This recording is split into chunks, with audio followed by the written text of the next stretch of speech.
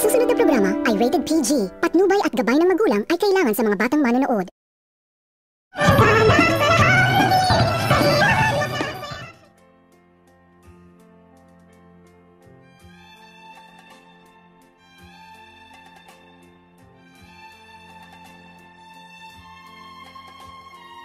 Pagkatapos nitong malusutan ni Justin ang lahat ng mga ginagawa nito ng pagnanakaw sa Ipix Medical Hospital at ang ginawa nito ni Zoe sa kanya na pagtulong na pinalitan nito ni Zoe ang folder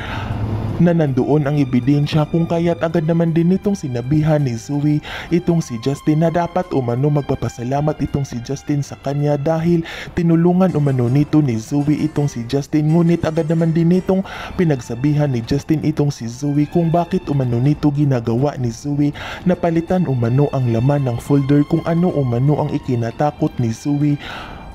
Kung kaya't agad naman din itong sinagot ni Zoe itong si Justin na gusto lamang umano nitong tulungan ni Zoe itong si Justin, ngunit agad naman din itong nagsalita itong si Justin na mayroon umano itong kitub itong si Justin na paninigurado umano na ayaw nito ni Zoe na makita sa kanyang mami ang ebidensya dahil natatakot rin umano ito na makikita ang mga ginagawa ni Zoe ng pagnanakawan ang Ipix Medical Hospital at hindi lang umano itong si Justin ang nagnakaw sa Ipix Medical Hospital at pati pa umano itong si Zoe, at sinabihan nito ni Justin na si Zoe umano ang mas maraming nanakaw sa Ipix Medical Hospital dahil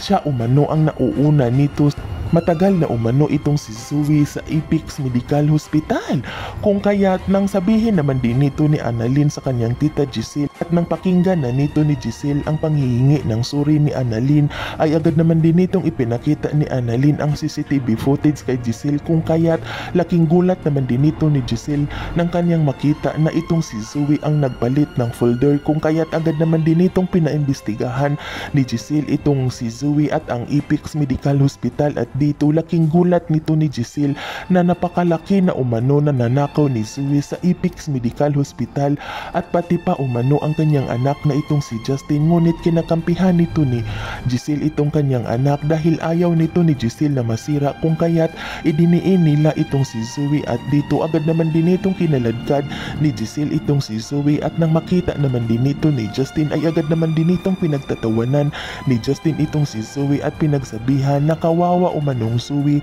siya pala umano ang magnanakaw sa Ipix Medical Hospital. Yan ay ating aabangan sa susunod pa na pangyayari sa kaganapang ito ng abot kamay na pangarap. Huwag mong kalimutang isubscribe at i-hit ang notification bell ng aking channel.